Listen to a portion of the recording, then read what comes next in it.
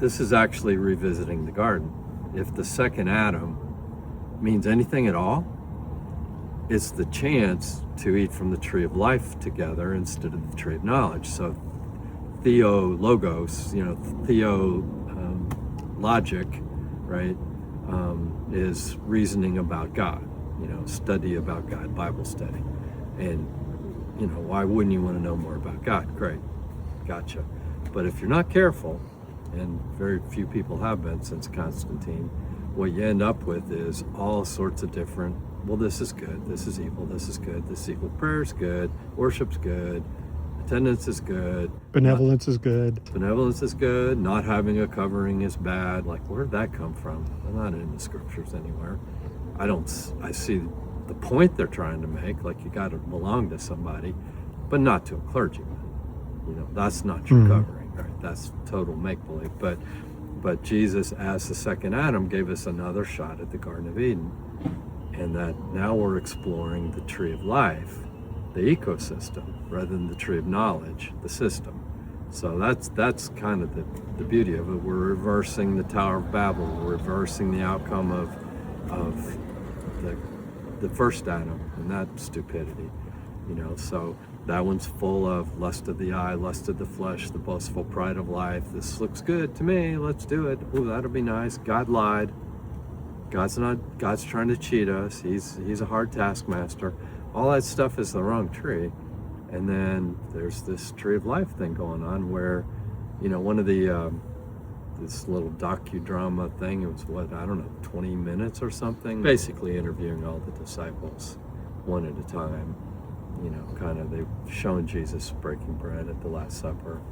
One of the guys said, he took everything away from us. I mean, we wanted to be good Jews, and he basically showed us that this law and this rule and this ritual and all of that was meaningless, and he took everything away from us. He messed up all of our rituals, all of our sacraments, everything got messed up, and the only thing we had left at the end of it all was him.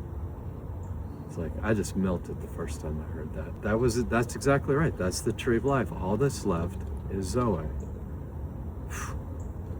If I follow that trail, the aroma of Christ, as Paul would call it, if I follow that trail, I'm going to find the exploration and the fruit of who Jesus, the second Adam, is, and the restoration of all the things that were intended for us in the first place.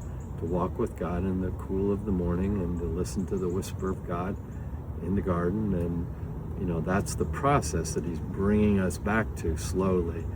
And +1 + 1, meaning little by little, with ever-increasing glory, from glory to glory, from little g to big G.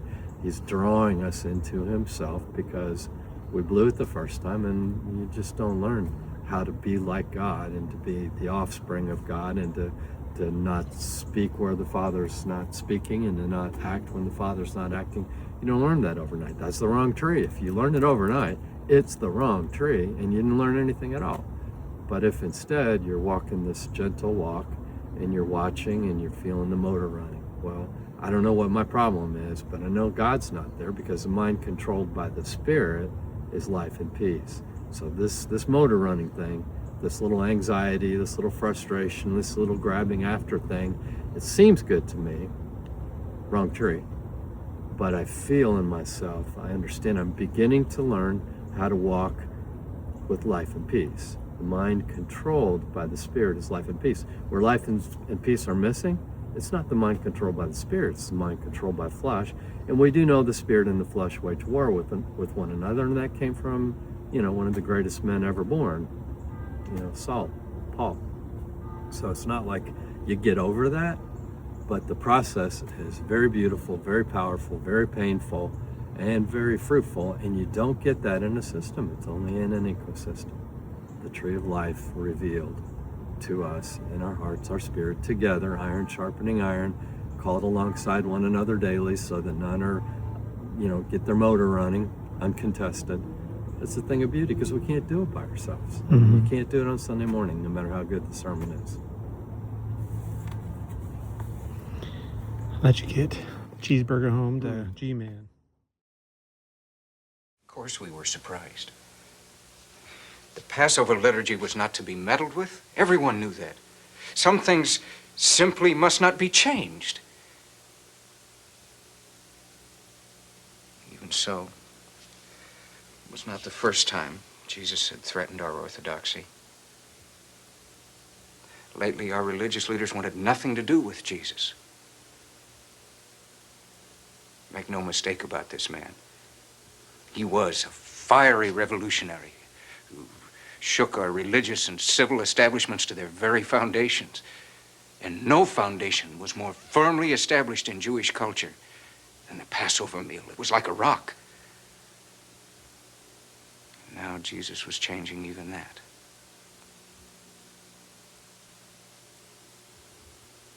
It was not easy for us. Our orthodoxy was cracking.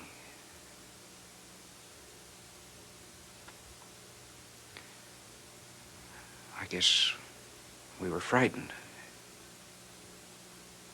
Because when it was gone, there would be nothing left to lean on. Nothing but him.